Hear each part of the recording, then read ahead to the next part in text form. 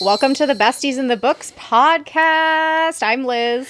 And I'm Ashley. And well, we have found ourselves here, haven't we, people? Today we are diving into ONYX STORM. As Liz and I so fondly say off camera, ONYX shitstorm. Okay?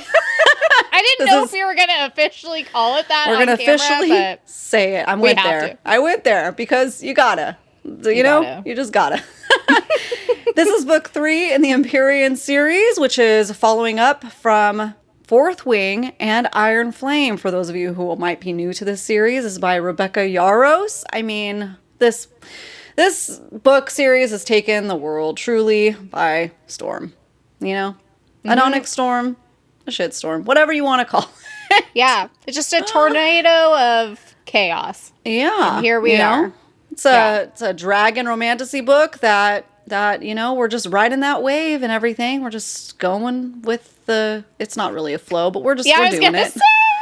I want to say we're going with the flow, but I don't know if that's really happening.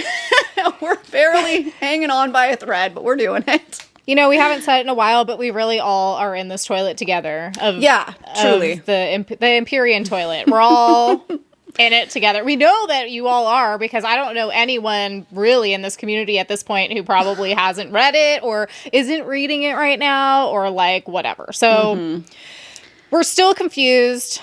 We still don't really know how to process this information. I don't think it's just us, but I will say, and I was telling Ashley this just before we started filming, I don't know that I've ever had this hard of a time writing a 5-sentence summary, because I truly didn't know how to process the information. Yeah. It was so chaotic. So anyways, whatever. Without getting too much into it, the first 15 minutes of this episode will still be spoiler-free. If you're here, though, I don't know, because this is book 3, so you're probably here for spoilers. But if not, if you're kind of trying to decide, because I know that for a lot of you guys, this was going to be the book that was going to make or break this series. You guys were okay, Fourth Wing, I think a lot of us agree that, it was a really good book. It was worth the hype. Iron Flame was a little iffy for a lot of us. Yeah. And so, ONYX STORM, I think a lot of you guys are on the fence about whether or not you want to continue on. So maybe this will kind of help you out in that department. We'll give our, spoiler-free star and spice rating before we get into just talking it out with you guys, you know, as far as what tropes did we like? Which ones did we not like? We'll do the 5-sentence summary. Good luck to me. I have the triangle for those that love it. We'll make an appearance, so hang on. We'll talk about, general reviews, our favorite parts, maybe some quotes, whatever. We're going to get into all those things, but mostly I think that we're just going to be processing. We haven't talked really about this at all until now, so we're going to be processing it for you guys. If you are like us and closed the book and was just like, what? Huh? Yeah. Or maybe throughout your journey on it, we just want to digest everything with you guys, kind of deconstruct the book as much as we can. We're not going to be going line by line, chapter by chapter. That's not what we do over here. We're just on vibes and kind of unraveling that. And I do want to say, because I know that Fourth Wing in general, I feel like people are either very confused and chaotic like we are, and just and feeling not knowing how to feel. And then there's the die-hard Fourth Wing fans. Listen, if that is you, I'm so happy for you. We might hurt your feelings. So brace yourself. It's nothing personal. It's just business. No, it's not business at all. It's just, it's just our thoughts and opinions. And we're going to be a little critical at times and laugh about it, because that's what we do. And we do it with things that we love too. But we're not the die-hard fans anymore, I would say. But we're still open-minded. So I just wanted to kind of throw that out there, Yeah. Just know what you're signing up for when you're listening to this episode. Yeah, we're not going to be everything's sunshine sunshine and roses. We're not going to, because we don't feel that way. So No, and I think that, the bottom line is, when I finish a 700-page book, I don't like feeling these feelings I'm feeling. Yeah. And that is something that we're just going to have to, this is going to be like the therapy session where we Yes. like work it out together. Because as I said before, Ashley and I have said like a couple sentences to each other about it. But other than that, we have not worked through our trauma. And so that is what we're doing here today. Yeah, truly. Sit in with us on our session. And, you know, send us your comments over on YouTube. Send us a DM on Instagram or TikTok and just throw all your qualms out there, you know? Yep. Or just tell us we're wrong. That's fine too, you know? But, you know, before we get into that, we just wanted to say thank you so much for being here. Yes, thank you guys so much for being here. We appreciate it so much. Make sure to like, follow, and subscribe anywhere you like to listen to your favorite podcast, including YouTube. We're coming out with our next mini-sode series soon, which is Hunger Games. Liz has all the Fable ups for you guys over on Instagram, but you can also go on Fable and search Besties in the Book Club and join us there for our Hunger Games reread for Liz, first time read for me. I'm obsessed. And so we're good. gearing up for that the fifth book. The fifth book? Yep. Is it the fifth book that's coming out in March? So we're getting ready for that. So we're getting pumped. We're excited. Those mini episodes will be out in Friday starting in March, I think it is. So you'll get extra episodes. I know. Yep. I'm pumped. All right. Okay. Let's start off with a fave and fail of, let's just say Empyrean, Fourth Wing, whatever. Yeah. Just like in general about this series, fave and fail. Do you want to start or do you want me to start? Sure, I'll start with this one. All right. So my fave thing about the Empyrean franchise is that Fourth Wing and what it did for people across the world is get them excited about reading again. Give fantasy, like, make it more mainstream in that people that wouldn't have read fantasy before started picking up fantasy books. It's like the ACOTAR effect almost. Yeah, it's like the ACOTAR effect, except it almost went, I wasn't there the day that ACOTAR became, you know, and Throne of Glass. So for me, Fourth Wing, I really was witnessing firsthand with my own eyes, like that explosion and that craze and that phenomenon, and anything that, especially book related, but anything that's like healthy, that gets people excited about taking time for themselves, reading, I'm gonna commend, you know? Like, yeah, totally. It's just what it did for the book community was great. I love that. I love that it got people excited about reading. I love that it introduced people to fantasy and romantasy, and makes me happy. It makes my heart warm. I love that. That's great. It is positive. My fail is Iron Flame in general.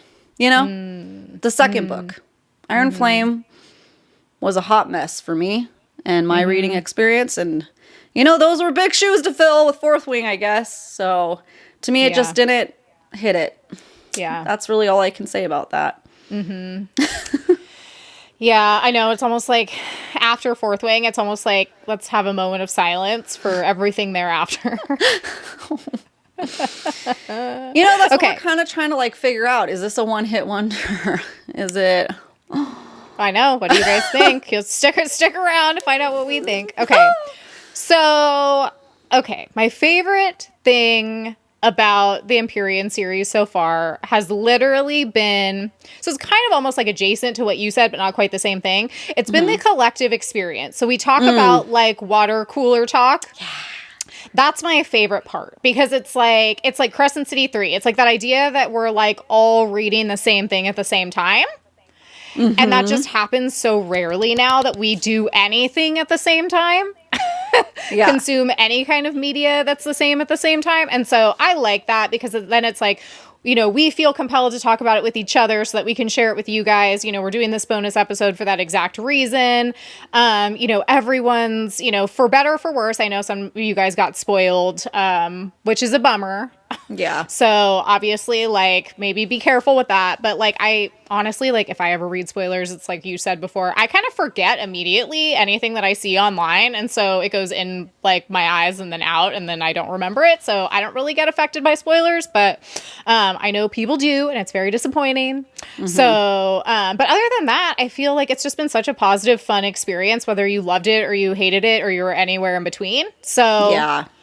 And that, you know, because I had someone ask me recently, like, is it hard reading so many books, like, for the podcast specifically? Like, does it start to feel like homework? And I was like, because, you know, we read a book for book club last month that neither of us really enjoyed that well. And I was like, honestly, no, it doesn't feel that way to me because we're reading it together and then we get to talk about it. Yeah. So even if it's terrible, which, you know, that book wasn't terrible, but even if it was terrible, it would still be fun to talk about. Yeah, for sure. Those are actually some of the most fun ones to talk about. Sometimes it's the ones like that are in between ones. That are like difficult to like get through, that when they're just fine. Yeah. And it's like, oh, I could be reading something absolutely abysmal or something really good. And instead I have to read this mediocre book. Like, yeah, it's just right there in the middle where, I mean, but then it's like, we're like, we don't even know what we're going to talk about. And then we talk for an hour, like, no problem. So every single time. And then we talk to you guys about it. We read off your reviews when it comes to book club. So, I mean, that's part of why the whole water cooler of the future that we try to promote over here, especially with Fable and trying to get you guys to read Hunger Games with us, read Harry Potter and Twilight like we did last year, is because Liz and I talk about it all the time. We don't have that like centralized media anymore when it comes to like every Wednesday at 8 o'clock, Lost comes on and we're all tuning into it. And then the next day we're talking about it. So we're kind of like trying to force that. Like, so if you want that community involvement, like we definitely have a lot of different avenues going. And we do want to watch a show together. And we do watch these movies. You know, we're going to watch Hunger Games and everything. Yes. So, you know. I'm excited about that. I am so excited about that. So anyway, the water cooler. Fourth Wing created that and it was so good for them. Yeah. It's like the water cooler of the future. That's my fave. Yeah. Really. So cool. Cool. It is cool. It is cool. And then my fail was actually, you know, I think a fail that a lot of you guys noticed was a lot of the mainstream press that was covering the Empyrean, specifically with the release of ONYX Storm. You know, was referring to, I think it was New York Magazine that did it originally. I could be wrong on that, but I'm pretty sure I'm not. That called Rebecca Yarros like the queen of like dragon smut or something like that. I'm sure you've seen this like floating around. I haven't. Okay. Well, it's been, at least in my feed, everywhere. And it's basically like these larger news media sources are putting Romantasy into their headlines, which should be a good thing. Yeah. But the way that they're referring to it is really problematic and is completely feeding into the notion that like all these books are somehow lesser than because it's reducing them only to the spice. And I wish I could remember her handle, but it was someone who I just discovered her account on Instagram. But she was like, I'm feeling a little bit feisty. So I actually decided to do the math on it. And so she brought up like all the popular like Romantasy books or whatever, or a lot of the popular Romantasy books right now, including the Empyrean, and figured out the percentage of like quote unquote smut or spice in each book. And most of them, comparatively, if you have a 700-page book and there's only 11 pages of spice, like, hello, that's such a low percentage. And so I think that, you know, obviously this is not my personal failing, but it's just like, I think it's a collective failing of the popular news media who's trying to like capitalize off of this genre that's obviously like working to save publishing. By like doing a half-hearted attempt at understanding what the content is actually about. And that, I think, you know, I've been seeing a lot of pushback from, you know, people like bookstagrammers and whatnot, like calling these people out. And I think that's really good and really important.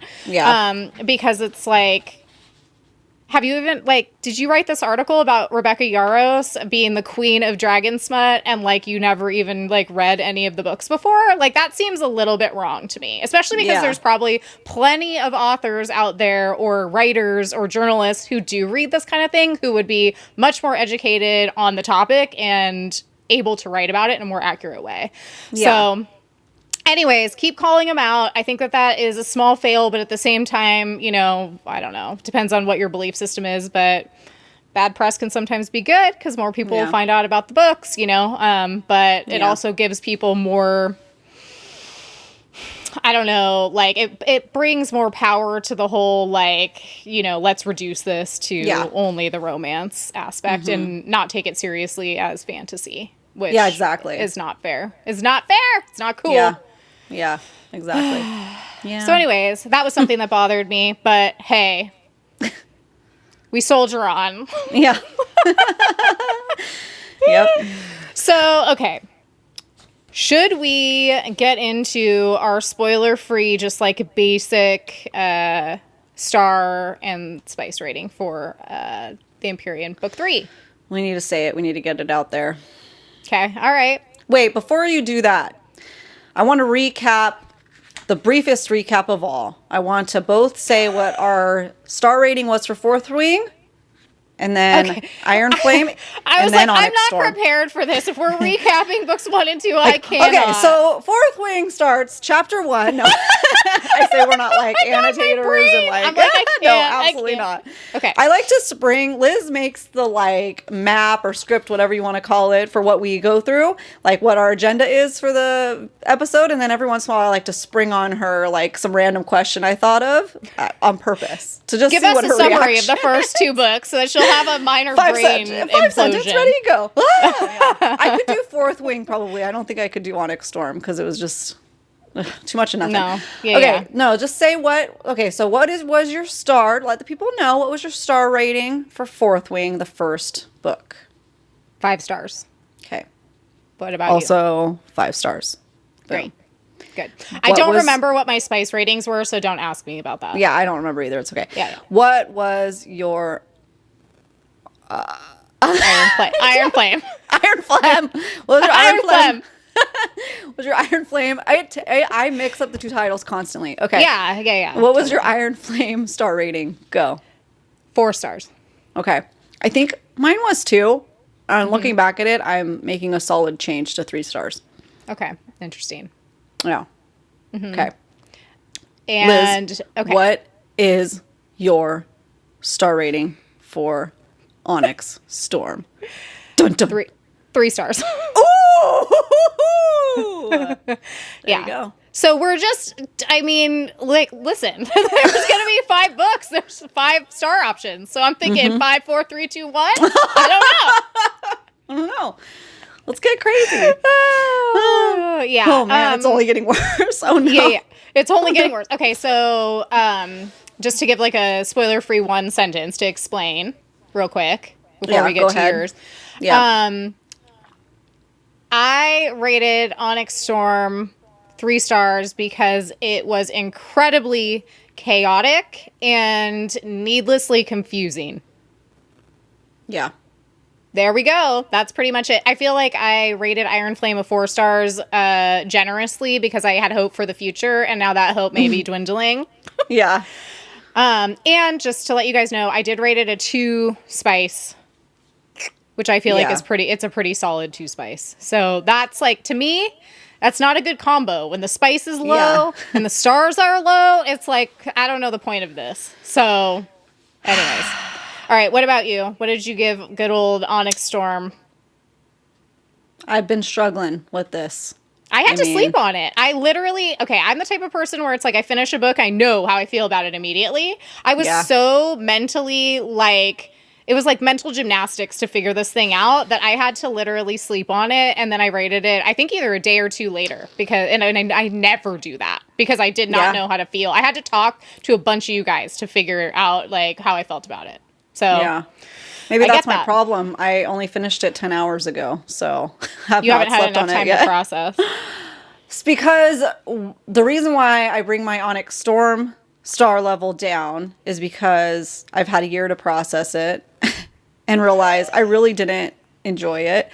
And I liked this one better, so it's hard for me to like say, okay, 3 stars, because like comparing it to that one, I had a much better time with this one, but it was chaotic the entire time, and I don't always love that. Like you said, unnecessarily chaotic. So I really struggled with that. I struggled with a lot of themes in this book that honestly maybe just aren't for me.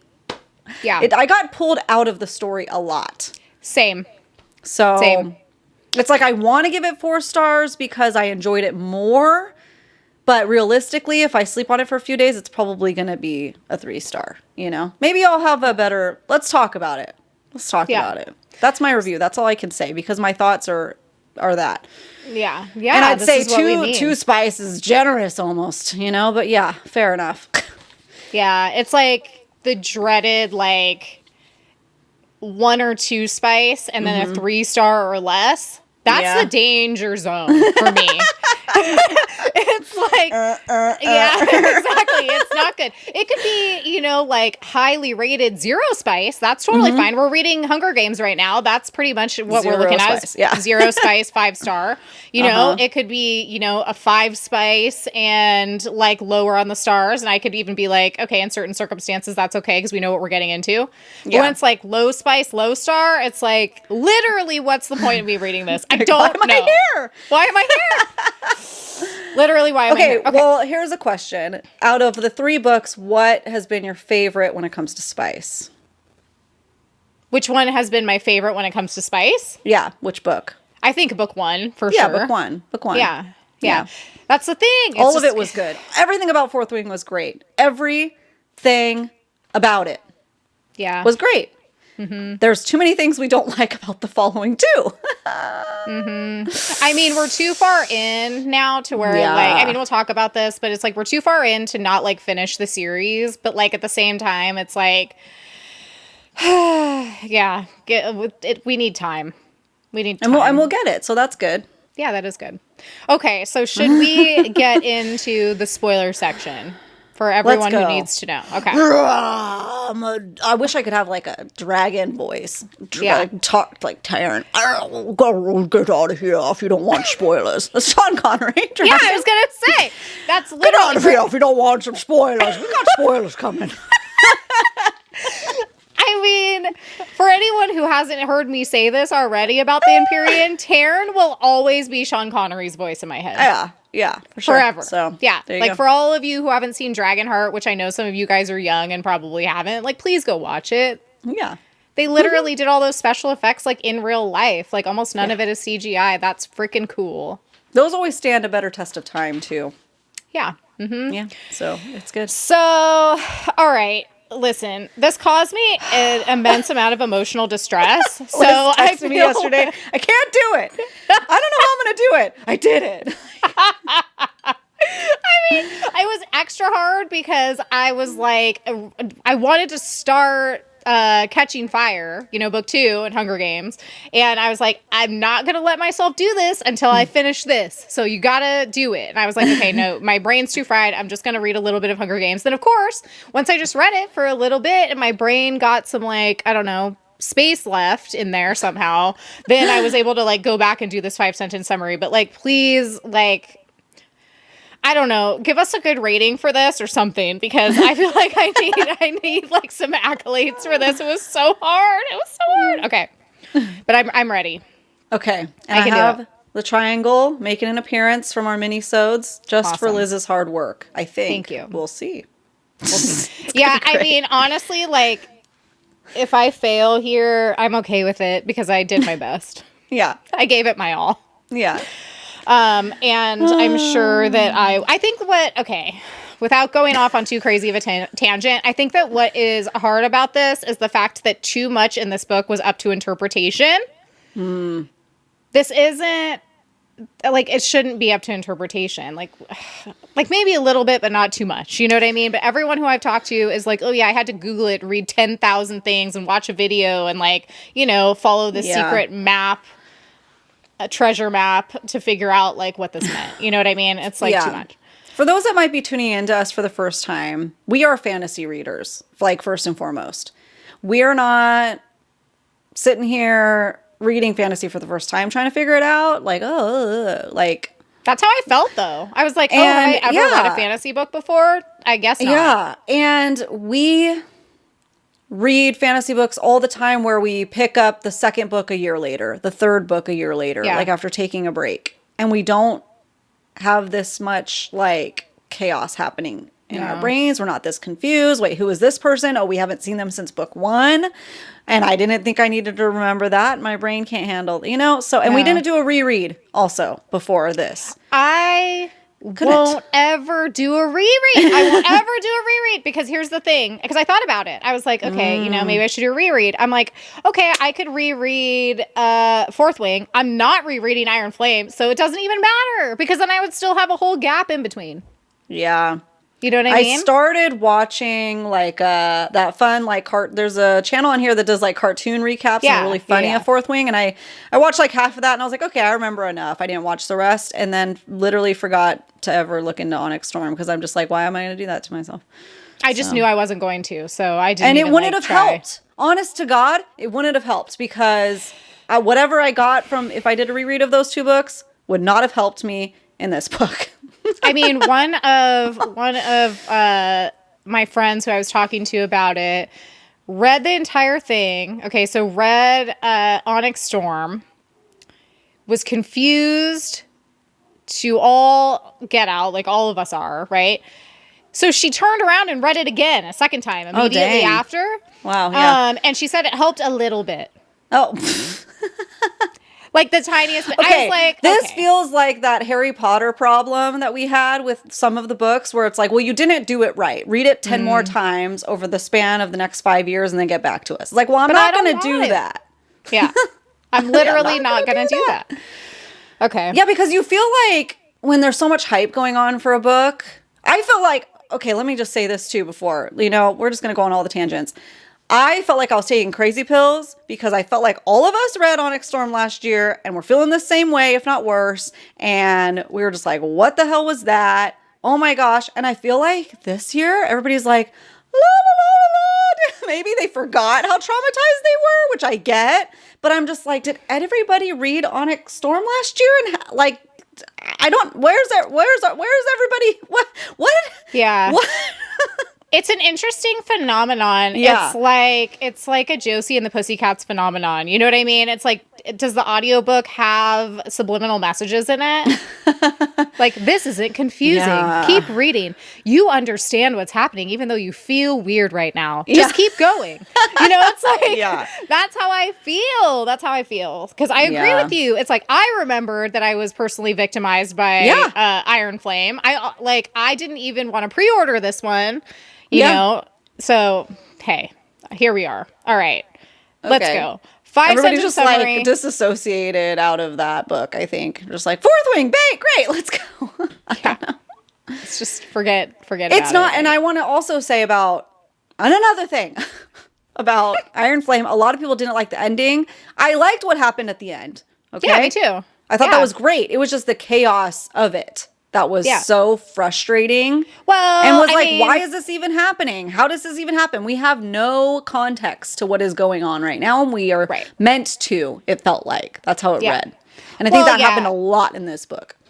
Yes. It's almost like we're putting too many of the pieces together ourselves, and I don't like that. Like, I like to have certain pieces of information given to us where obviously we don't have all the information until it's important. Yeah, I just don't like having like none of the information and then having to sit there and like use Google and DMing everyone on Bookstagram and whatever to try to sit there and like freaking, we were talking about Book Mad Libs the other day, like literally like Book Mad Libs, this series to try to make it make sense. That's too many plot holes. That's too many unanswered questions. It's confusing.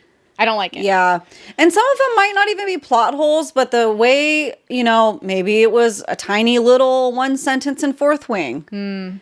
That didn't stick because it's just a flippant thing. I don't know. I love when stories all tie in.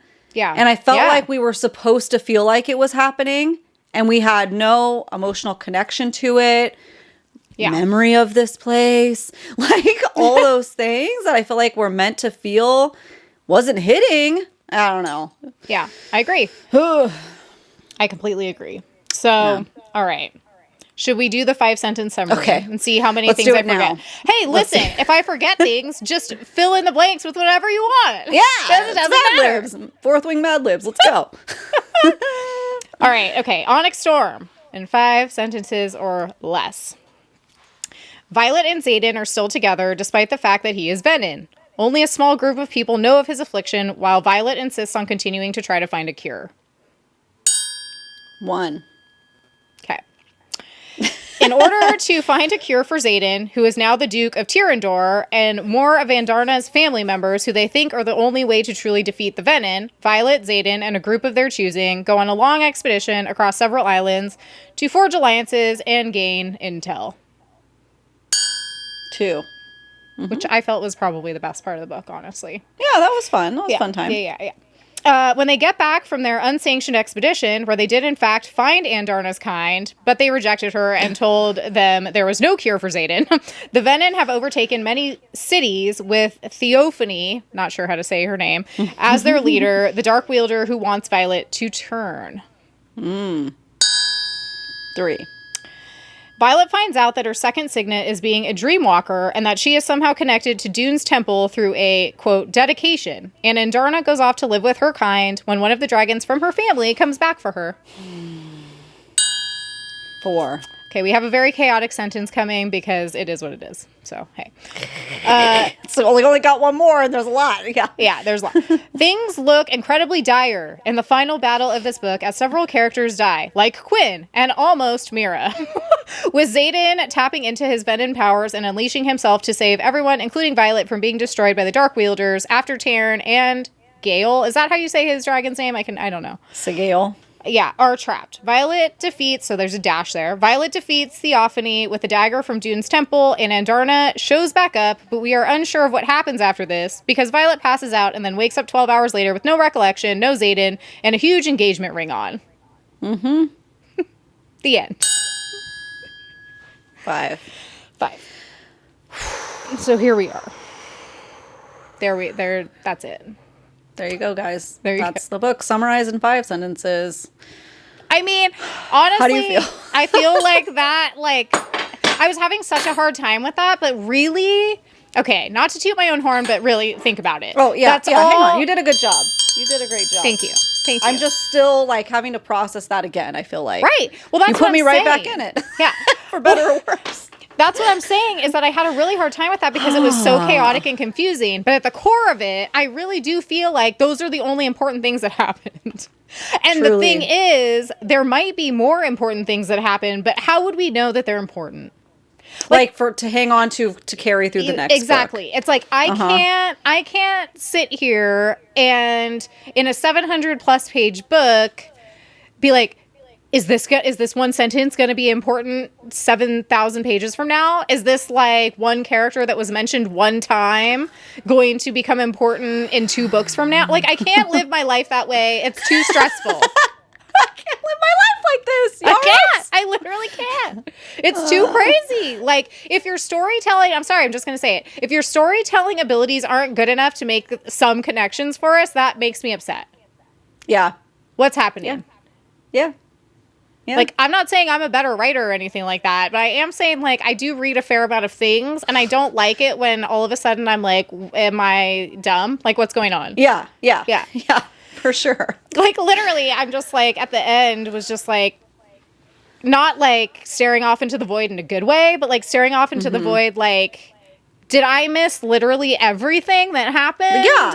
Am I an idiot? Yeah. Do I not know how to read anymore? Did my brain break halfway through this? Yeah. And I think it didn't help that, we talked about the fact that we were consistently pulled out of the story while reading it. Yeah.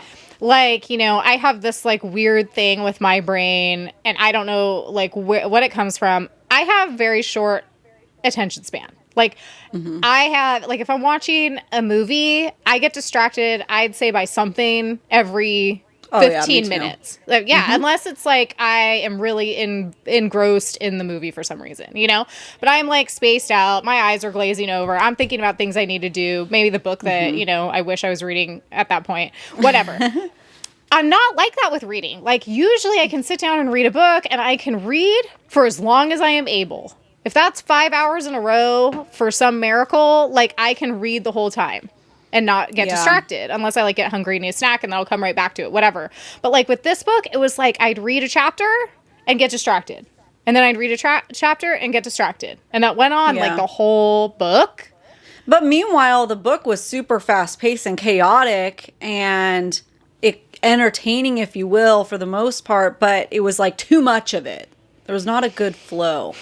It was not a good flow, and I would say, yeah, it was entertaining, but like in the way that, like, you know, when you're like in high school, like a train wreck is entertaining. Yeah, exactly. Like I was gonna say, you know, like when you're in high school or like early college, and you have that one friend who like no one really likes that much, but like their chaotic life is interesting, so you kind of keep them around for the chaos. It's like that. Mm-hmm. Yeah, like I don't want to be here right now. I don't mean like entertaining in like a positive way right now. Yeah, right. Yeah. Like, oh, well, you know that we're in for it if we're going to be hanging out with so-and-so tonight, but we're going to do it because it's going to be funny, you know, or it's going to be crazy, whatever. It's something like weird's going to happen. Yeah. Something weird's going to happen. Yeah, that's definitely how it made me feel. And I feel like because it was so confusing, I was literally just like, every chapter or two, like I said, I would just sit there and be like, what? And then it would pull me out of it and I would lose the flow. The flow would be gone. Mm-hmm. Mm-hmm. And here's the thing. Liz pointed out to me, and I was like, that's what I've been trying to put my finger on.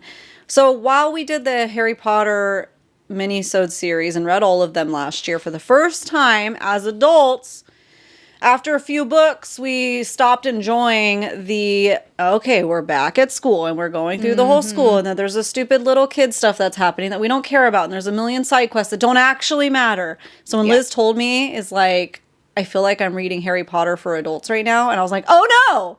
Oh no! That's exactly right! Because it's exactly what I did. Like, they're back at school, like they saved the world, essentially, the continent last time. And, like, I understand they don't know everything yet, but then the teachers are treating them like they're some, like, infantile, like, idiots. And then they have to deal with all the stupid school drama again. And then, oh, he's a professor now, and we can't be together. I hated that. Me too. Hated it. And so that kept removing me when there was, like, action, and they were, like, trying to figure out what's going on with the venom, and then all of a sudden they have to be back in class. And being told, like, sit down, you know? Yeah. It didn't make sense also because of the fact that it's, like, I get that they, like, saved Basguy, like, last time. But it's, like, that still doesn't change the fact that they were essentially, like, kind of, I don't know, the rebellion, traitors, whatever. Like, and now they're just, like, back at school and, like, people are mad at them. Exactly. But, Thank you. Because I was like, did I misinterpret... fucking whatever. What was the last book called? That book? Because I thought they were like, now they're like on the outs, and with Brennan, her brother, they're like forming a new like regime. But then also they got to go back to school. So you do what you got to do. But you got to go back to school. Like, it felt very Voldemort-y. Yeah, totally. Totally. It's just, I mean, I don't know. Here's the thing. If they're living in that crazy of a society where, like, it's life and death, high stakes, where literally the world, like, I get why they're all having to band together. It's like a Game of Thrones thing. It's like we have one common enemy. So even though we hate each other and there's been treason and all these things, we need to band together. Otherwise, all of us are going to die, right? The Venom are going to kill us all. So I get that. But then at the same time, it's like, okay, well, if they are this crazy, like, I don't feel like they had any real consequences for, like, leading a secret rebellion. Like, really at all. Like, at the end of the day, they were treated like students, not like traitors. I felt.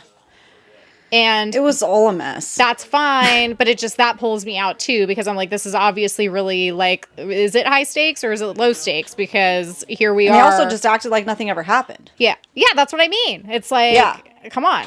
So, and I get it. It's like they need to use, you know, Xaden and Violet for their signets because they're really super powerful. So obviously keep your enemies closer. Okay, I get that to a degree, but then at the same time, they're not doing a very good job of controlling them.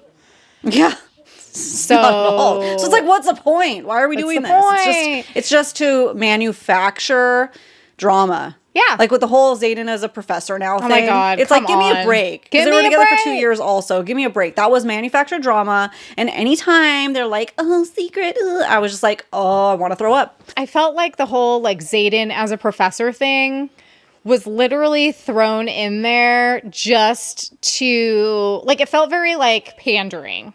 Yes. Like, ooh, we like a hot professor. Yes, yes, yes.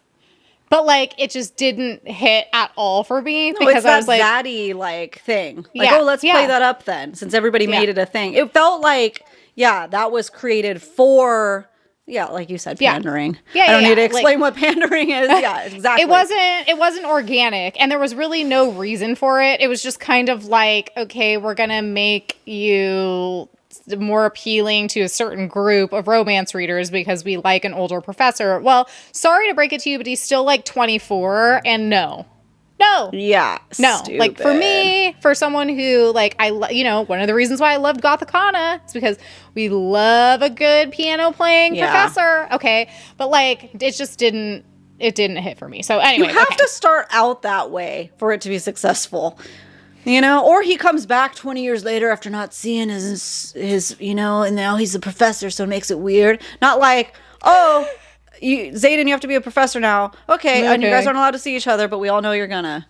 Okay, give me a break. Yeah, it's just I don't know that it's also like the whole like taboo student teacher thing like that. The jig is up on that, so that wasn't interesting. You know what I mean? Yeah, it's just kind of weird. I don't know. Okay. So all right, so let's do let's be positive here for a second. Right. Let's switch gears. 3 tropes that you enjoyed. Okay, perhaps. All right, I'll give them this one: unconditional love. That's sweet. Cute. No matter what, Violet is going to stay with Xaden and try to help him, even if it kills her. So, that's sweet. Okay. You're like, that's sweet in kind of like an unhealthy codependent way, but yeah, hey. But hey, yeah. I had to find, listen, in my defense, I had to really scrape the floor for this one. I'm trying to give him something, okay? Well, here, let's throw them a bone. They're not married, but in sickness and in health. Technically, it's a sickness. Yeah. So technically a sickness. Yeah. You're right. Exactly. And found family continues. Kind of. I mean, we found some more family, I guess. We found a lot of family. I mean, we found a lot of family members. I mean, I didn't care about that, but I mean more friends. There's more friends we made along the way, even though I have no emotional connection to them whatsoever. And their found family wasn't always present, but they are there. And they came back at the end. So that's good. So good for them. Again, scraping the floor. And, there was a scavenger hunt, and I like scavenger hunts. Even though they kind of came up empty, there was a scavenger hunt involved, which I usually enjoy. Not entirely, because they did find the, can't remember the name of them, but the special dragon, They found Andarna's people. Yeah, they didn't, they'd rejected them, but, They did find them, though. I mean, they did find him, exactly. They found 40,000 soldiers to help them, which I was very confused about that whole thing, too. But, so that's what I gave them. What about you? Okay, so 3 tropes that I enjoyed. So you guys know how I feel about Xaden. I think in the grand scheme of things, people are gonna not like this. He's low on my, I like him, but he's low on the list for me with book boyfriends. Mm-hmm. I honestly think it has a lot to do with me knowing that he's so young. Mm-hmm. It bothers me because I'm like, you can't be that cool. Like you can't be that good. You know what I mean? But anyway, whatever. I give them Shadow Daddy because technically he has Shadow Daddy powers and they are interesting. Yeah. I almost think that I like Xaden more now that he's Venom because I feel like it makes him more interesting as far as like, what are you capable of? We don't really know. I like that. Yeah. So we'll say that one for my first one.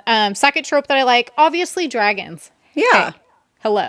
Yeah. I feel like I still, in my opinion, the best characters, just to kind of segue, I guess, into another thing. My favorite characters are the dragons. I feel like that a lot of people feel that way. Mm-hmm. I want to know more about, I want a prequel about Taryn's life up until this point. You know what I mean? What he has been through.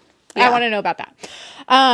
So dragons would be my second favorite trope. My third favorite is actually Dreamwalker because I find that to be really fascinating and interesting, power signet, whatever you want to call it. Yeah. So I like that. I feel like it could have been done more interestingly than what we got in the book. I feel like it was very surface level and kind of we didn't get a whole lot of new information from her ability to dreamwalk, which I thought was a missed opportunity. But the power within itself is cool to me. So, hey. Yeah. Well, now that you bring it up, I was going to ask you later, but I'll bring that up now with the Dreamwalker because Rebecca Yarros had mentioned after Iron Flame that we've all seen her signet or something, her second one, but we just might not have realized it yet. So, did you see that coming? Did you think it was that? Yes, I did. You remember a point that you remember seeing that? I don't remember when, but I remember maybe not Dreamwalker, but like I thought she was some type of like intrinsic. Intrinsic, yes, absolutely. I don't remember why now because whatever, they all blend together. But yeah, like if someone would have said, "What do you think her second signet is?" I would have probably said she can read minds or she can go inside people's brains. Yeah. I would have said something like that. Yeah. What about you? I did not know at all. Yeah. Maybe something with manipulating emotions, but yeah. Otherwise, no, I didn't see that coming. And I wish it meant more though. Like you said, like I wish we got to see her using it at the end or something. It's like, oh, okay. I feel like, yeah, I wanted to see her go into someone's dream. Like I wanted to see like a Star Wars level, like the use of the Force via brain power. Like I would have liked to have seen like, her go into someone's dream and manipulate an outcome, or go into someone's dream and, like, I don't know, change something for the future. I don't know. It could have gone somewhere cool, and it just didn't really go anywhere. I was like, oh, cool. Maybe this is how they figure out who the traitor is. Because she can go into people's dreams in the room and maybe by chance they're dreaming about their meeting with somebody, or something. I don't know. I feel like, honestly, at this point, since there's the fact that okay, listen, they got an army of human people that's 40,000 strong, right? From that one island. Great. Okay. You also have all these other millions of characters from all over the place that are now coming together in a chaotic way to try to defend what's left of their non-venom infested realm, right? They probably have a million traitors at this point. Yeah. Like, I don't know. I think that's another thing I struggle with is like this idea that like if it's that easy to turn venom, then you probably have a bunch of venom hanging around. Yeah. And especially now that we know with Xaden that the goalpost keeps getting pushed of how long you can be okay. Because that drove me nuts. Okay. Yep. Oh, it's day 73. I'm like, what does this mean? How do they know? Like time, like, And so, and then you find out some of the, one of the guys did become venom, like on the mat, and it's just like. They're probably everywhere. They're like, probably everywhere. What do you mean the traitor? It's like, you probably have a bunch of traitors, like, at this point. Also, you're kind of screwed because you can't defeat the venom without becoming venom, it seems like. Unless you get lucky like Violet. Yeah, or there's something, super powerful. We don't know. We don't know yet. Yeah, true. We don't. So, okay, were there any micro tropes that you liked? Well, tropes that I hated. Oh, okay. Or do you want to, okay. Yeah. A trope that I hated, as I always do, is death of people that I don't really care about. That is presented, that is supposed to be a meaningful way. So I'll give you the two examples. Whoever the hell that guy was with the arrow in his heart, I didn't understand that entire chapter, and I didn't care about that character. They didn't seem to either. They kind of moved on pretty fast, though. Yeah. It was oh no. And then Imogen's chapter at the end, when we haven't really seen much or anything of her, or, and I love Rhiannon, but we didn't really see much of her either, so her chapter was kind of pointless to me, too. I had to, go back a couple times. Whose chapter am I reading? Okay, why do I care? And then, so Imogen, and then, was it Quinn that died, who I forgot about since the first book. And obviously that's presented in such an emotional, meaningful, allegedly way. I felt nothing. I was like, okay, bummer. Somebody's got to die, I guess. I feel like the pinnacle of my emotions with these books began and ended with Liam. Yeah. That's it. Yeah. I haven't felt anything since. Yeah. Yeah. Yeah, because I feel the exact same way. When Quinn died, I was like, oh, that sucks, and then just moved on. Literally, they had to re-describe her, and then I still was like, oh, I have vague memories of her. Great. Yeah. You know? Like, I somebody needs to die in high-stakes situations, but it's a cop-out when we don't see them the entire book. It's like, okay. It's like, it was exactly like how when her mom dies, when Violet's mom Yeah. dies, it's like, Yeah. okay, oh, you just maybe might have a relationship again. Oh no, but you don't. Yeah. So goodbye. And we didn't even, So I mean, we with her don't mom, care. it's like, That's not we my didn't even mom. care. Yeah, exactly. Because it's like, we Yeah. didn't even like her anyways. Yeah. So to build off that, my trope that I didn't like is the fake out death trope. Yeah. And I feel like this book could have gotten entirely one more star if Mira would have died. Yeah. And that being said, because it's the only thing that made me in this entire book feel anything. And I wasn't even particularly sad. I was actually mad because when I'm reading it, I was like, Mira is the only character who's not a dragon I freaking like in this book. Yeah. And I'm like, is she really going to kill her off when she's the only one I care about? Yeah. And she didn't, which is a good thing and a bad thing because she did the fake out death. Yep. And so I was like mad that she was killing her off. But then when she did the fake out death, I was even more mad that you can't commit Just to don't put killing us a in that character. situation then. You know, it's like you could still be like very gravely injured without the fake out death. You know, it's like Well, she already did that with Sawyer and his leg, so. Right. Yeah. Yeah, and so for me, it's like, I'm glad Mira's not dead because I feel like I actually like her character probably more. I like her better than Violet, honestly, at this point. It's like, but at the same time, it knocked it down because I was like, you got to commit if you're going to go there. I feel like in a book like this, especially where we're all just like, what the heck is going on? Like that would have really helped it out to just... And with that specific character being a fake out death, we know it won't really be meaningful in the future books. Like sometimes when we read these fake out deaths that are really popular, I don't want to spoil anything, but they end up being integral to moving the plot along later. Like something happens in a power exchange, or you guys all know what I'm talking about that might have read a book like this.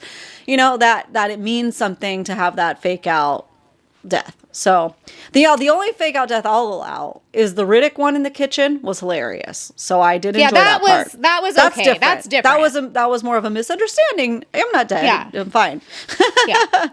Yeah. And I could totally see why people really liked his character this book. He was a good character. He helped me like it better. So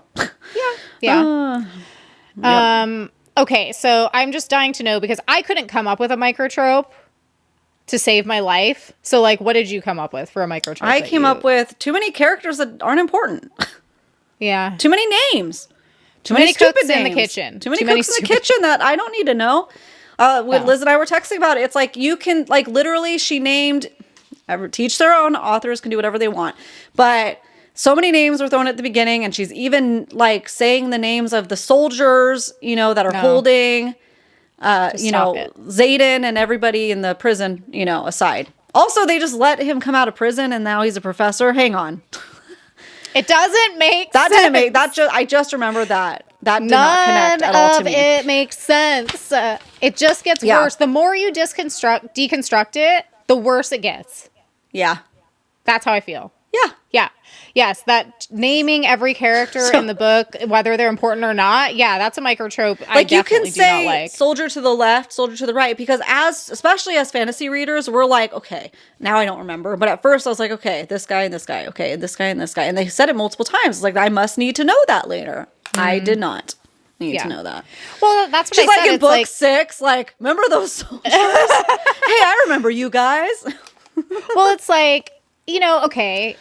As a Game of Thrones fan, it's like, you guys know the index for a Game of Thrones book is crazy. It's pages and pages and pages and pages long, and it has all the houses and how everyone's related and where they're important and all this stuff. Anytime I was reading a Game of Thrones book, I'd have to reference that index on a regular basis. Like, even for watching the show, I sometimes would have to get a book out and look up who this person is so that I wouldn't get spoilers if I looked it up online, you know? Yeah. It's like, that's how I felt like I felt like I needed that. It's like we got that very short index or whatever you want to call it, little chart in the front of the book that gave the main characters and their dragon and whatever. We needed that for literally so many more people. Or did we? That's my issue. Yeah, or did we? I don't think we did. So that was my other problem is I'm like, I feel like I need an index for this, but like I don't at the same time because I feel like 99% of this is going to become irrelevant information moving forward and that bothers me. Yeah. But then some of it we You know? did need, like when we find out who the traitor was. I didn't remember that one from the first book.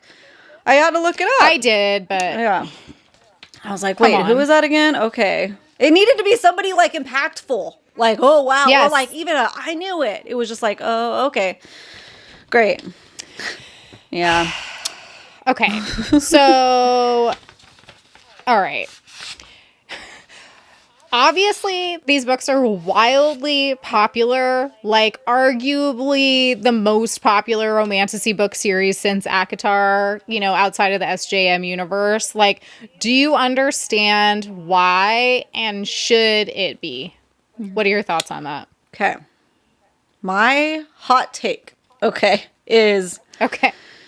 when Fourth Wing first came out with the stenciled edges of the dragon, you know, which I have right here. Yep. Listen, stenciled edges and sprayed edges have been a thing for like literally thousands of years, okay? Gold foiled sprayed edge Bibles. Hello?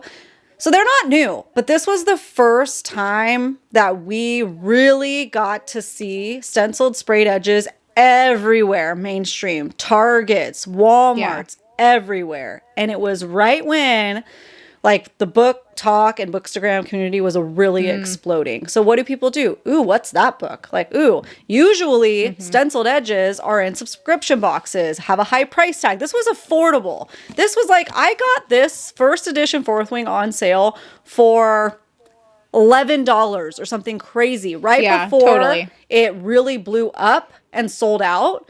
So I was like one of the last to get that when it was on sale. Crazy. That's crazy. So I think if it wasn't, this is my hot take, if it wasn't for the sprayed edges and it was just that white that you see now with the first edition or the first book, people would have walked right by it. It would not have blown up in the way, even though it was good. Remember, 5 stars for both of us. It would not have blown up in the way that it did because it was such an affordable, accessible, like beautiful freaking book, you know? And then because it also was a great 5-star read and it introduced so many people to Romantasy, it really blew up. So I understand why it's so popular. It's so great.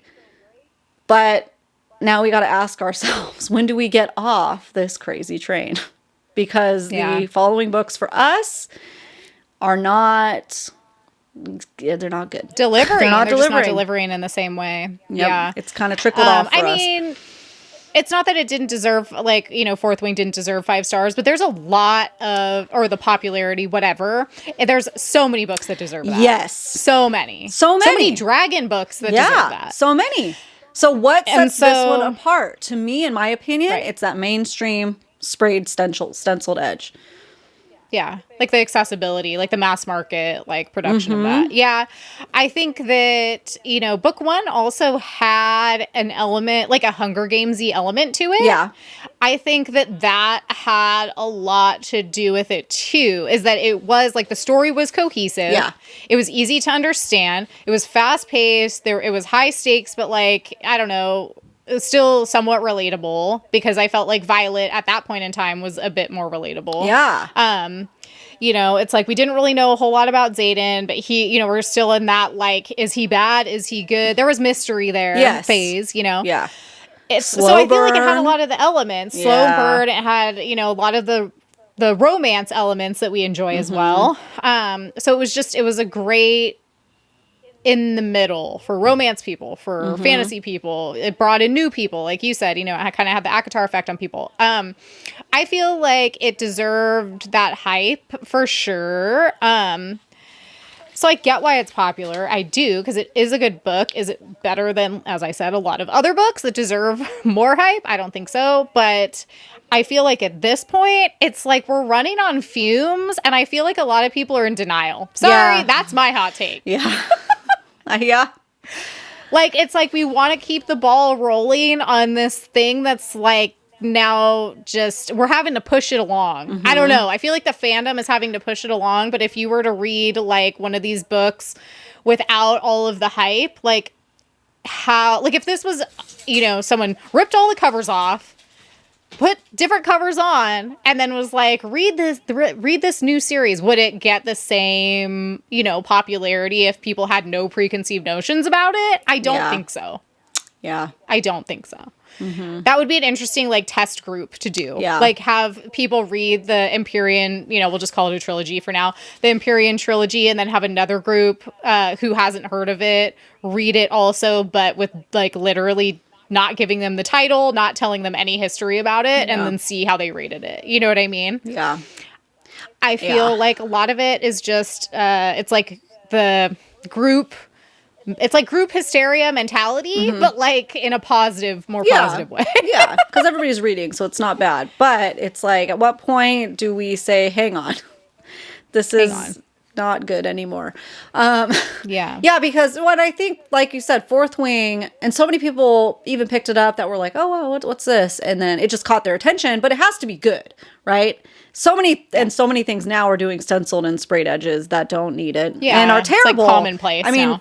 Yeah. I haven't read it yet, but a lot of people have negative reviews about 5 Broken Blades, I think it's called, because the freaking stenciled edges are so cool. But everybody's like, what the hell is this? So it didn't keep that momentum because a lot of first books in series aren't always 5 stars because you're world building. Yeah. And she was able to make it 5 stars for most people right out the gate and hook people right out the gate. It's like, oh no. You have a lot of momentum to continue on and to continue on the story and have it make sense and still be riveting and good, but it's kind of going off the rails for me. So yeah, I think that if you took book 2 and 3 and were like, here, is this a good book? What? Like, what's going on? This is crazy. It's chaotic. I'm so confused. I don't understand. It's like, So, okay. Anyway, let's circle back. We're coming back to the positive again. Yeah. What was your favorite part? What was literally your favorite part? Specifically when they were back at Basgiath and one of the teachers was like, hey, we're not going to kill each other here anymore because you guys are too valuable to keep having you kill each other to prove yourself for your dragons. And I was like, finally! Okay. Finally. Yeah. Because someone this is so stupid. Sense. You have to prove your worth. That was the only thing I didn't like about it made it high stakes because they have to kill. There's only so many dragons, but now it was good that somebody was finally like, hey, stop killing each other because we value life. Other people. we need to save that for killing somebody else, and then if you die, okay. Yeah. So I think that also was part of the reason why I was so irritated by that, because it's literally, you're letting all these young adults or whatever who are going to this college just die left and right. You know what I mean? And then it's but then you have this group that essentially commits high treason and you're like, oh, it's fine. Just come back to class on Monday. It's cool. That just didn't make sense to me. So that was my favorite part. What was your favorite part? Okay, my favorite part was probably when we found out that Theophany, or however you say her name, okay? The Maven lady. Yeah. When we found out that she was essentially rivals with Violet's mom. Yeah. I was like, oh, I like that. That makes it that's a little bit of world building history that in my opinion made it more interesting. Yeah. Because then it's okay, so is, Violet, I don't know. It made it it kind of rounded something out for me. And I feel not a whole lot of things are getting rounded out. Yeah. We're not getting a whole lot of things resolved. So I liked that. I like that we learned a little bit more about her mom's powers and, how that works as far as Violet's powers, and then how that works as far as her mom knew what was going on. And she even said that's why she would hide behind the wards and basically do a desk job because she knew about her and about what she was capable of. So I did like that. And then I feel I had one other thing that I really liked. Oh, the other thing that I liked was the fact that we know now that Violet has something to do with Dune's temple. Yeah.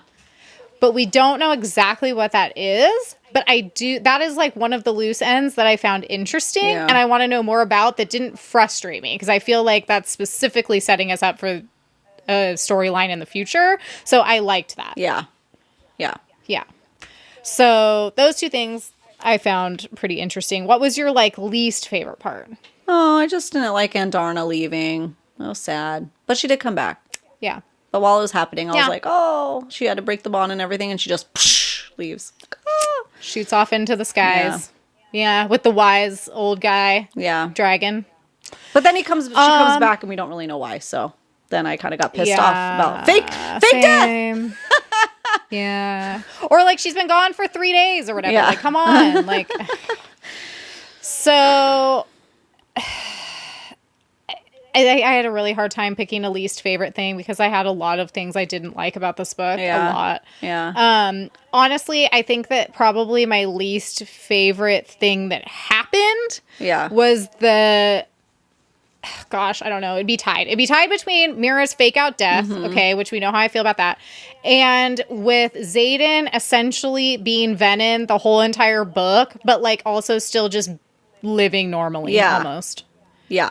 Like I was like, at the end of the last book was like, ooh, Xaden's Venom. Great. This actually adds something to the story that's going to suck me in. It's going to be super interesting. Maybe he's going to turn evil. And then he and Violet are going to have to battle each other. Like, you know, might come to like she has to kill him or save the realm, whatever. And then it's just kind of like, oh no, he's just keeping his power in check while she looks for a cure the whole entire book. And then the end is chaotic and we don't really even know what happened. It's just a little Venom, like a little bit, you know, until the end. And then we get the same ending we got last time. So yeah, exactly. I was afraid the exact same thing was going to happen again. I was like, if we end up with this whole weird, chaotic ending where something happens with the wardstone things or whatever, I'm going to be so irritated. That was basically what happened. Luckily, they're firing the wardstones again. Here we go. Come on. I don't know. It was different enough, but it was almost we'll talk about the ending, but I hated the ending. I thought it was terrible. Yeah. I thought it was I also, obviously, my other least favorite thing that was happening was Xaden being a professor. I don't think anything took me out of the story more than that. That made me want to literally stop reading it. Yeah, there was one end of a chapter, I think that I had voice memoed you about or wherever, where she was like, great, now we can't date because it's against the rules. Yeah. And I was like, gag, literally gag. Yeah, you literally started a rebellion, but this is where you're going to follow the rules. Oh my gosh. Well, yeah, it's literally you're a traitor and they're okay with it pretty much. They hate you, but they're also using you. So it's fine because you have the strongest dragon or whatever. But you're going to be worried that, you're going to be, kissing Xaden in public. Yeah. I hate it. I hate it. Exactly. Exactly. So, okay. Characters. Who's your favorite character in this book? My favorite character is Mira. Yep. If we're not talking about literally just Taryn and Andarna. Because Taryn would be my number one. Yeah. Oh, I like... Sagail. Is that how you say it? Sagail? Whatever. People know what we're saying. Okay, great. Xaden's dragon. Yeah, the dragons are the best. Yeah. Their quippy one-liners are everything. I love it. Yep. She's sassy. Andarna's hilarious. I like how she's I'll just fry them. I'll just sizzle them. Every time, they're talking about what to do. I'm I love it. And then Taryn, he's just hilarious with her. He's so cute with Andarna, taking care of her and stuff. So they're my favorite characters for sure. But if I have to pick a, favorite human character, it would be Mira. Yeah. I feel I appreciate her steadfastness as a character, her consistency as a character. Mm-hmm. She's one of the few I feel that makes sense to me. Yeah. And so for that reason, I like her. So what about you? I like Riddick. I think everybody loves him in this book. I've loved him all along, so I don't remember if I've picked him before, but, I love his one-liners. I love his comic relief. Yeah. Because he's not afraid to... I think he even calls out the whole professor thing, and it's oh, give me a break. Come on. Oh, you guys aren't doing anything. Yeah, right, okay. So I appreciate that. That was actually one of my other favorite parts was Riddick, his fake-out death. That was hilarious. Loved it. Yeah, that was clever. Yep. Mm-hmm. What about your least favorite character? You have to pick one. Well, I struggle with this because it's obviously there's a bunch of people we're not supposed to like, right? Exactly. That are obviously the villains. Yeah. So I don't like any of them. Yeah. I mean, I'm kind of lying. I kind of did like Theophany or whatever her name is. I did like her. I felt like she was going to go farther. Yeah. I felt like it was going to go somewhere, and then it just didn't. I was a little bit disappointed that she died at the end. Yeah, me too. I was like, it's we need to keep this going. Maybe not. I don't know. We'll see. Yeah, who knows? Honestly, at this point, I would say my least favorite character is probably Xaden. Like, he's not interesting. He's not interesting. He was brooding for the whole book. Like, she even says it. Yeah. Yeah. It's like, I'd rather of him, he should have just went off. Don't care. Right? He should have just went off and figured out his shit. Yeah. Just go away. I don't know. Just go away. Go figure it out. It's like, and then I think it's because he feels phony to me. Yeah. Like, I feel like when I read lines from an MMC who I like, it's because it feels organic and it feels like their character would say those things to whoever the other opposing character is, and it just makes sense. Mm-hmm. I felt like every time I was, listening to or, reading a line from Xaden to Violet that was supposed to sound overly romantic or sexy or whatever, it sounded very contrived. Yeah. Like, Rebecca Yarros was literally sitting there, like, what do people want Xaden to say so that they like him? Not like, why would Violet like him, but like, how would the reader just like get a crush on him? And to me, that seemed gross, and I didn't like it. Yeah. That started for me in the last book. Yeah, no, I mean, I've never particularly liked Xaden a lot, but I think if I'm not choosing a villain, he would be my least favorite character because I just don't feel like he feels phony. Like I said, he feels like he's written in a phony way to me. Yeah. What about you? Well, I mean, I chose one of the villains because there was many, so I'm a cheater. What can I say? But it was, well, maybe not. Both, because it's both Xaden's stepdad is who he would be, or whatever you would call him, and his mom, who we get to meet. Hate her. Hate the guy. Yeah, I mean, they both sucked for sure. They both sucked. But honestly, I think I had a hard time with that, right? because you're supposed to hate them. You're supposed to, and they were the only interesting part of that book. Yes, because I did love the scene where Violet I don't know how she did it. I don't know how she poisoned them before. I thought it was pretty risky, but at least it was interesting, It was good. Yeah. It was it was probably one of the highlights of the book was like the whole, like, are they going to get eaten by these, like, what were they? Like pumas? No, that's a different scene. See, a lot happened. Oh, was it? That was a different one. That was the part where that other prince was like going there. Oh, right. That was crazy. Yes. And the lady with the head. See, I almost picked him, but I was like, okay, I kind of The liked lady that with the villain. head. He was crazy because he was consistently crazy. Yeah, he brought a freaking head out. No, then right after that, they went to the next aisle, which is where Xaden's mom was, and then she made him the chocolate cake, and then the stepdad, or whatever he would be considered, poisoned the cake, but somehow Violet was 2 steps ahead and poisoned them ahead of time, which that was convenient. Right. So then they got the antidote. So it was an interesting scene, but those people are the worst. So, I mean, all the other characters to me pretty much were just blah. I don't know. I don't feel nothing. So I want to feel mad. I want to feel happy. I want to feel things other than just like, okay. Great. Yeah, I want to be emotionally invested in one way or the other. Yeah. And I just am neutral about a lot. But yeah, I did like the quest. The quest, in my opinion, was kind of the most interesting, like, segment of the book. They could have just cut out the whole, like, school stuff and just did the aisle quests. And I would have been 5 stars. Possibly. Yeah, it was interesting because it was like, that was a lot of conflict. I mean, the whole, like, going to like the gates of that one island and then them killing that guy. Like, we weren't attached to him, so it didn't really matter, but it was more so just like learning about like the different people that are all on the different islands and their different cultures and all that kind of stuff. That was cool. I liked that. That was good. Yeah. It was almost like the school was meant to be used as a tool to get information, and it fell flat because it's like none of this stuff I felt like they learned here or there. It could have been done differently. It didn't need to be at the school anymore. It was, and like, I understand, there's some kids that I don't understand it. Even the freaking Griffin writers were then part of it too. It was all, what's going on with this freaking place? Yeah, that was all over the place. I agree. Did you have any quotes that stood out to you in particular that you wanted to share with the group? I just loved all of Taryn's snarky one-liners in Andarna. Yeah. So one of his lines are, "I will not stand for you being devoured by a house cat." You know, that was great. Riddick, when he was pissed about his jacket. He was so pissed. That might have been my favorite scene with the cook. Because, like, finally, somebody feels something. And he was like, "I hate sewing. Like, you got it ripping my jacket." That was great. I loved that. 10 out of 10. And then he kills the cook right after that. And then also at one point he says, like, "I'll keep my inside thoughts inside," you know? Yeah. Mm-hmm.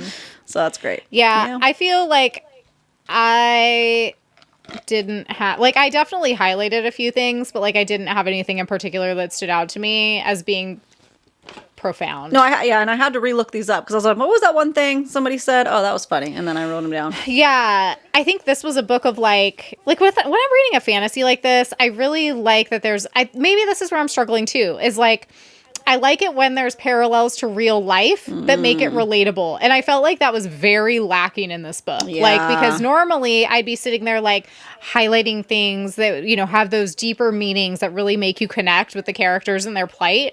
And I just didn't feel that with this. It's like, I think, you know, if you were to look into my highlights, probably almost everything was like, yeah, something quippy that one of the dragons said. Yeah. And then move on. You know what I mean? It's like, was not the deep quotes book, you know? Yeah. So yeah, I literally like don't have anything to share other than, it was just pretty much like if Taryn said it or Andarna said it, I probably highlighted it and thought, haha, that's funny. Yeah. And then moved on. Yeah. So what did you think about the spice? Okay. Yeah. That's it. What about you? Yeah. Same. I felt same. It was minimal because, you know, obviously he's got this inner battle going on with the venom taking over. So, yeah. So then they conveniently go to a realm where magic isn't a thing so that they can do it for a second and then be done. I felt like that was very, like, bland. I felt like it was bland. Yeah. And I felt the same way about, like, how I was saying before, like, I felt like his profound lines kind of fell flat for me because I feel like they were very contrived. Mm-hmm. That's how I felt about the spice as well. Yeah. Like, it was kind of just, like, written with too much with the reader in mind. Like, I want to read about, like, you know, what Xaden and Violet would do and then have it be believable. Not, like, what you would think that, like, your reader would want them to do. Yeah. If that makes sense. Yeah. Do you think that Rebecca Yarros is getting in her head too much about this series? Yeah, and I think that it would be really hard not to be at this point. With how much it exploded from... You know, she was from what I understand, she was a successful romance writer. It's her first take at fantasy. And who expects it to blow up to that level that you become now a household name in the publishing world? Yeah. Yeah. Totally. That's a lot of pressure. So it's like, that being said, you know, even though we're like roasting this because that's how we really feel and we're not going to like hold back or lie to you guys, like we also understand that like Rebecca Yarros is a person. Yeah. Yeah. And, you know, she's got a lot of pressure on her probably, from publishers, from readers. From readers, from, you know, her books getting turned into a show. Yeah. Like that's everything's hitting you. And publishing deadlines, like having to bust it out in another year.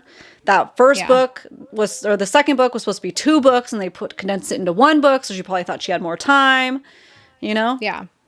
So it's like, do we understand fully? No, because we're not in her shoes, but like we also can have a certain level of like understanding or empathy from that perspective. Mm-hmm. So it's like, we're going to tell you guys what we really think, but at the end of the day, it's like we also to a degree get that it's like she's just a person, she's just a human. I can kind of see, especially seeing this unfold, why some authors will put their book out and then step back and leave. Social media, especially right now. You know, or maybe have somebody step into your social media. I see her commenting a lot on things, and I wonder how healthy that is for her, you know? Mm-hmm.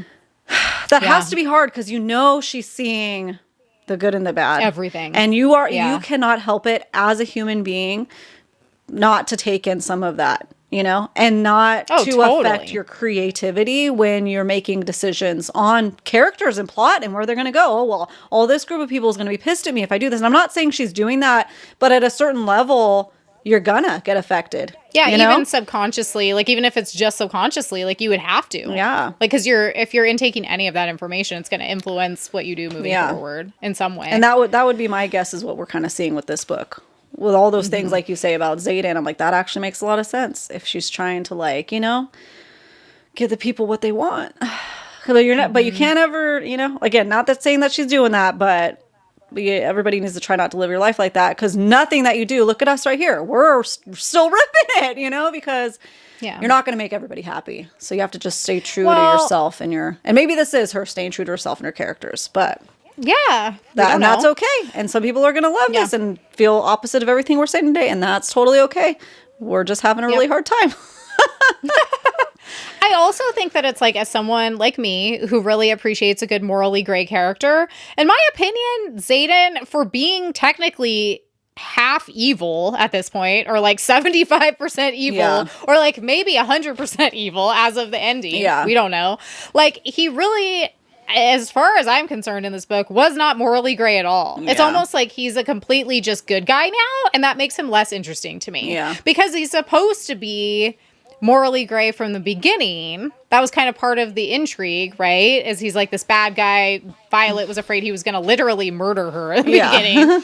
And then he's slowly kind of just turned into this, like, no, he's just a good guy who is a shadow wielder. And even though now he's technically bad at his core because he's part enemy, he's still good. I don't know. It just, that to me makes him less interesting, because it's like there's no nuance to that character anymore. It's like he's become a shell of himself. Maybe that's intentional. I could see that. But that's boring. I need more. Okay? I need more. So will you continue reading the Empyrean and whatever sequels are to come? Okay, well, I'll say this. She has announced that it's probably going to be 2 years. So I think 2 years might be enough time this time for me to forget. To heal, to forget, to give it another chance. Honestly, if it was next January, no. It's so hard. Okay, how about this? This question is better for me. I can answer this better. If I didn't have a podcast and a bookstagram and whatever, I would not continue it. I'd be done. I don't think I could keep doing it, because why? Why would I subject myself to this over and over again and expect different results? I would just reread Fourth Wing again and call it a day. Yeah, like, that's good. There you good go. Enough. Great. Yeah. What about you? And then cry when you like, remember. Will we read it when it comes out, the fourth one? Yeah. Probably, because we're gonna have to, you know? Yeah. It's gonna be hard. I same answer for me. So at this point, because I know a lot of you guys agree with me on this, a lot of you said book 3 is going to make or break the series for you. You're either going to keep reading it after this, or you're going to give up on it. I would have given up on it. Yeah. I would be done. I'd be like, okay, this is going to go into the like Cruel Prince section of my library where like maybe someday I'll get around to it. You know what I mean? Like, okay. Since we have the podcast and Bookstagram, whatever, we will read it because we need to talk to you guys about it and we need to know. But hopefully it's 2 years from now. But 2 years, that's great. Like, take all the time you need. You know, it's like, please do. Like, that's completely fine. At that point, I'd like to say that if it comes out 2 years from now, I do a reread just so that I wouldn't be confused. But, like, I don't know that will happen either. So I make no promises on that. So that's how I feel about that. If you weren't reading it for this reason, would you have DNF'd it? No. I might have done that one of those fake out. I would have done a fake out DNF. Like, I'll get back to it, and then you just never get back to it. Yeah, I'm not going to say I'm done reading it, but I'm just going to keep picking other books instead. Yeah. You know how many times I wanted to stop reading it and just read? Did I? I think I did stop part of it and just kept reading Hunger Games. Because they were late for my shipment for the book like a week late. And so I was like, okay, I'll just start the second Hunger Games. Just a little bit. And then every chapter ends so freaking crazy and I know. catching fire. So then ONYX Storm finally arrives and I'm like, okay, I'll read it. And then I have to like start reading it. And then I'm like, well, let me just catching fire over here. So I did stop it eventually and just gave in and finished Catching Fire and then went back to ONYX Storm. But I probably would have given up with the whole professor stuff. That would have been what did it for me. The kiss of death. No, I mean, it takes a lot for me to DNF a book. Like, I think I have determined I've only accidentally DNF'd a book once. Yeah. And it was literally just because I forgot I was reading it. I could see that happening with this. Like, if I would have gone, so that was my thing, is I read book 1 in Hunger Games. You know, this is a reread for me, so I already know what's going to happen, but they're so good. So I like finished book 1. I'm like, okay, my reward for finishing ONYX Storm will be I'll get to just binge read 2, 3, and 4 all in a row. Yeah. So I'm like, I'm doing it. So I put my mind to the task. And as you said, it was like entertaining enough, but I just got pulled out of the story a lot. If it wasn't so confusing, I would have been able to just binge it in probably a few days. Yeah. But it took me longer than I would have liked to read it because I kept getting sucked out. But no, I don't think I would have DNF'd it. It wasn't that bad. And I was also curious to see if it would improve. Yeah. But yeah, the end of this book, I would be very, we didn't have the podcast and stuff, I'd be very unlikely to move on. Yeah. Okay. Before we get into reviews, real quick, is there anything else that you wanted to talk about? We covered a lot, I think. Okay. I need to talk about the ending. Hello. Okay. Oh yeah, that's right. To talk about It's the only part we haven't talked about. I know. I can't process it. I had to talk to so many, like, I didn't want to talk to Ashley about it because, like, we need to talk about it here. But I talked to so many people because I think I posted a thing on my Booksta that was like, am I dumb or do I just not understand, like, at all of what happened at the end? Because it's like, all of a sudden, Violet just wakes up. She's been out for 12 hours. She has an engagement ring on. She doesn't know where Xaden is. She doesn't know what happened. And then it's like, we did, like, what was the last line? Like, I don't remember. It was like, we did what you thought we should do. Like, what was it? Imogen says, like, I did exactly what you asked me to do. Yeah. Okay. But it's so ambiguous and nobody remembered what she asked her to do. No. I had to ask Liz, and then while I was impatiently waiting, I Googled it, and then it was that she wiped her memory of recent memory. Yeah. Okay, what does that help? I don't get it. Okay, I was like, oh my gosh, she killed Xaden, because that's the only conversation I remember having. Honestly, I wish, because it would have made it more powerful, I think. Yeah. Because I remember them having that conversation of, like, what happens when he comes for you? Or, like, what happens, you know? Yeah. When are you going to draw the line? And I remember some of them agreeing, we kill him, you know? Yeah. We take him down. And then that's not it. No. She just wipes the memory of the last 8 hours. Yeah, so this would be my prediction, and this is after, like, okay, first of all, I have to say this. If I have to literally do freaking investigative journalism and detective work to figure out the ending of a book, I'm annoyed. Yeah. Okay? And not in a good way. Like, not in, like, a... Like, Crescent City 3 really... there were some things that I had to piece together. Ashley knows because my brain exploded, and I literally was having a mental breakdown, and I had to sit there and, like, write it out. Okay? That's the kind of detective work that, like, is very gratifying at the end, because once you figure it out, you're like, oh, awesome. Okay. Yeah. With this, I was like, what? Okay. Like, I had to Google things. I had to look into, you know, wherever I could find answers. I put it out on DMs. I talked to a whole bunch of people in my DMs. This is what we've come up with. So yeah, she had Imogen, delete, I don't know, erase her memories. Control-Alt-Delete. Yeah. Because, I mean, they had that contingency plan that essentially they would get married and she would rule Tyrandor in Xaden's stead in the event that he turns full Venin. Well, obviously at the end, while he's trying to, like, save everyone, it's implied that he turns full Venin because he had to wield all of his power, you know? But that's, like, all we know. That's all we know. We don't know where he went after that. We don't know what that caused. We don't know what happened to anybody or anything. All we know is that they're now married and she's going to go rule and she doesn't know how she got there. Yeah. That's it? That's all we get?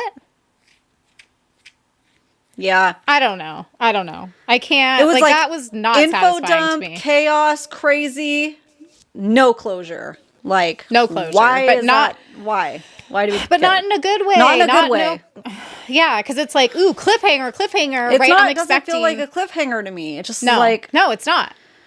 Maybe because I'm so frustrated. Maybe some people feel like it's a cliffhanger, you know. And I'm just dissatisfied. Like, I saw a lot of people who were posting, you know, like as you do, you know, videotaping. That makes me sound so old. Whatever. Recording like you reading the last chapter or two or whatever, and then posting your reaction, right? And everyone's like turning the last page like, that's it? And like, I was thinking like, ooh, what a good cliffhanger this is going to be. But it's like, I finished it and I was like, wait. It's not like I'm expecting more. It's like I realize that this is the end and we should have gotten more previously to explain this better so that I care. Yeah. But we didn't, so therefore I don't care. Yeah. Like, that's why I'm saying, like, if we didn't have the podcast, I wouldn't continue on because, quite frankly, I don't care what happens to them anymore. Yeah. Yeah. Like, I don't. Yeah. Like, I truth. would read the spin-off Dragon book because those are the only characters I care about now. Yeah. Truly. Yeah. And Violet's becoming less and less likable to me. I just have a lot of problems. With you people. Too many probs. Yeah. Dissatisfied, disinterested, discouraged. I know. I wonder how many people are like, I want to be feeling. No. People are like yelling at us so much right now. Like, I bet, you know, it's going to be like, obviously you didn't understand half the book. I know. I literally know. I'll read some Reddit stuff, but I gotta tell you, we're not alone. First, before you share that, I'm not going to read any specific reviews, but we did right now on Goodreads, there's about 452,000 ratings already, which for a new book, that's pretty good. Yeah. And it gets a 4.39 average. So that's still pretty darn high. Mm-hmm. Like, and actually now I'm kind of curious. Okay, that gets a 4.39. Let's just do a little looking up here and see what Iron Flame got, because now I'm curious. Yeah. Just to kind of like compare them. So Iron Flame got a 4.37, so that's very close. So they're very comparable. So then I'm going to look up Fourth Wing, because I just don't understand how did we get here? Truly. You know what I mean? Like, how did we get here? Okay, so let's see. Fourth Wing, Empyrean, book 1. So at this point in time, it has 2.5 million ratings. It gets a 4.58. Yeah.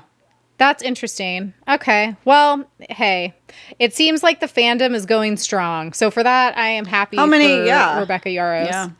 Yeah. But I can't live in denial any longer. So here we are. Yeah, and I'm not going to be like, oh my God, you know, it is what it is. I just don't like it. Sorry. Okay. So what do the people of Reddit have to say? So I went to the people of Reddit because they're always feisty. I love you guys. And this first one, it doesn't have star ratings. It's just people venting. It was rant and rave. So I have some of both. Okay. This person says, ONYX Storm ending explanation needed. I have come to the conclusion, I guess I simply am not smart enough to fully grasp fantasy plots. ONYX Storm was a hard one for me because they were points where the reader seemed like they were supposed to be confused and in the dark, and then there were moments where I felt like I was supposed to be understanding something, but it just wasn't clicking. Am I understanding that something happened that Violet can't remember in the 12 hours since she defeated the Venom lady? Yeah, sorry, I did audiobook, so no clue how to spell her name. Yeah, it's implied that Violet's asked Imogen to wipe her memories memories Xaden and some other writers are missing. We're meant to presume They are off with Xaden, but maybe they aren't. Am I missing a bigger implication here? I feel like the whole plot of ONYX Storm was to find the Irids, fire the Wardstone, defeat the Venom Lady, and save Xaden. It would seem that all of those were accomplished except for saving Xaden, right? So at the end, they don't seem very victorious. Is it just because of Xaden and the missing riders? If someone wants to slide into my DMs, please let me know. But yeah, that was exactly, that whole first paragraph is exactly how I felt. Like, am I 100%. Supposed to be this confused? Why am I so confused? Well, it's like I kept hoping that the more I read, the more I'd understand, and that just never clicked. Oh, and that's so unsatisfying. Yeah. Yeah. So this person says, kind of piggybacking off of her thread, Blood and Ash said, I personally felt like Rebecca Yarros had a lot of ideas, but they weren't really executed well. The Xaden mother thing was weirdly paced and didn't make a lot of sense from a reunion tension perspective for me, especially since the mother would surely have an idea about who she married and what they would do. Yeah. The Irid thing irritated me because it reminded me of some Rick and Morty episode. That's kind of funny. I wanted to see more of Andarna. I think there's too much. There's just basically this person saying there's too much going on. Too many loose ends, like you said. Too many loose ends. They go on to list all the issues they have, which I love that. Xaden becoming a professor, like, bro, why? Just continues on and on. And then this one, so this is somebody that's upset that they have to wait 2 years after this book. I have to wait 2 years for my grumpy dragon dad Tarn to come back. Don't care for the romance, but I just love the dragons. So that's why a lot of us are here, right? And then this other person says, why did she introduce so many new characters? That so many that when Traeger died, I genuinely had to go back and reread to figure out who he even was. Right. Who's the traitor? Panchek? Okay. Yeah, exactly. So many new characters, no explanation. I had to go, and this is where I reference, I had to go back to the first book to figure out who he was again. And then someone said, Wise Magazine said, I was extremely underwhelmed. Did not live up to my expectations. Maybe it's just because I was confused the whole time. Yes. Due to useless details being thrown everywhere. But also part of what made Fourth Wing and Iron Flame so good, in my opinion, is their pacing. Everything in the first 2 books felt, well, we have our own opinions on that, but that's okay. Concurrent and planned with intention. I enjoyed the cliffhangers because they made sense. This one did not. So it just, goes on that. See, and that's what I'm saying is like, I'm willing to admit when I'm wrong. You know what I mean? Like, I'm willing to admit if I'm just like, oh my God, I totally did not remember that. Or I did not see that character as being as important as they should have been. Or I completely skimmed over that part, I guess, and missed that or whatever. But it's like, no, none of us understood what was going on.